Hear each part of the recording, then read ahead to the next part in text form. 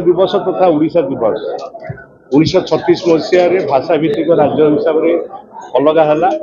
ये Kolkata presidency under थिला और चेन्नई प्रेसिडेंसी अंडर भी थिला। तेणु खलिकोट रजा और जो महिषी माने अच्छा जहाँ प्रतिचित्र माराई सेनापति समस्त हरिकृष्ण महता विजु पट्टनायक आरंभ कर समस्त अवदान था। भाषा भित्तिक ओडिया राज्य परिणत होती।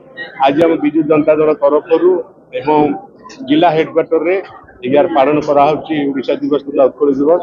ये अवसर आम सहित जिला परिषद अध्यक्ष महोदय अच्छा, वकिल संघ सभापति महोदय अच्छा, जीपी पतेजवान महापात्र थे, आमर महिला सभापति महोदय अच्छा, रतन बाबू अच्छा, समस्त जिला परिषद सदस्य अच्छा, सरपंच सदस्य काउनसिलर मान समस्त आज एकत्रित हो हेडक्वार्टर में पालन करूँ।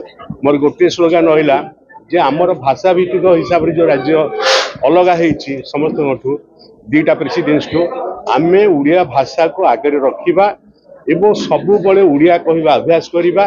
जो राज्य को जीवा ओडिया को देखिले ओडिया रे कथा हवा, ये आमर संकल्प हवा उचित।